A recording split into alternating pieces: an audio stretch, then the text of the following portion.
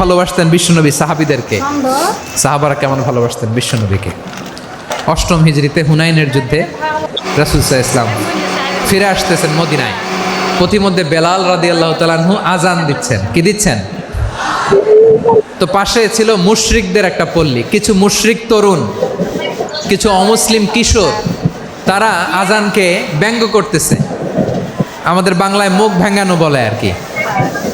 বেলাল রাদিয়াল্লাহু তাআলা আনহু আজান দিচ্ছেন, ওই বাচ্চাগুলো মুশরিক, তো ওরা আজানকে ব্যঙ্গ করতেছে, বিকৃতি করে ওরাও আজান দিচ্ছে। উদ্দেশ্য হচ্ছে আজানকে নিয়ে ঠাট্টা করা। উদ্দেশ্য কি? ঠাট্টা করা। ব্যাপারটা মনে কষ্ট পাওয়ার মতো ব্যাপার না? কিন্তু বিশ্বনবী ওইখানে দেখেন কি খুঁজলেন। বিশ্বনবী খেয়াল করলেন অমুসলিম কিশোরদের মধ্য থেকে একটা কিশোরের গলাটা বড় দরাজ গলা, কণ্ঠটা বড় সুন্দর। খেয়াল করে দেখলেন যে কিছু কিশোর বেলালের আজানকে ব্যঙ্গ করে, বিকৃতি করে, কিন্তু একজনের কণ্ঠ দেখতে পাচ্ছেন না এত দূরে, কিন্তু কণ্ঠটা বড় সুন্দর, দরাজ গলা। বিশ্বনবী সাহাবীদেরকে বললেন, ধরো এগুলারে, ধরো।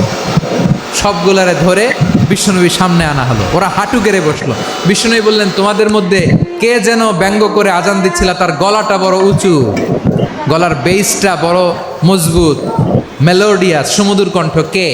আবু মাহজুরা বলে, আমার বন্ধুরা সবাই আমার দিকে আঙ্গুল দেখায়, আমি পড়ে গেছি বিপদে।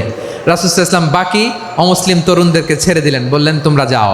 এবার আবু মাহজুরারে পাইছে। আবু মাহজুরার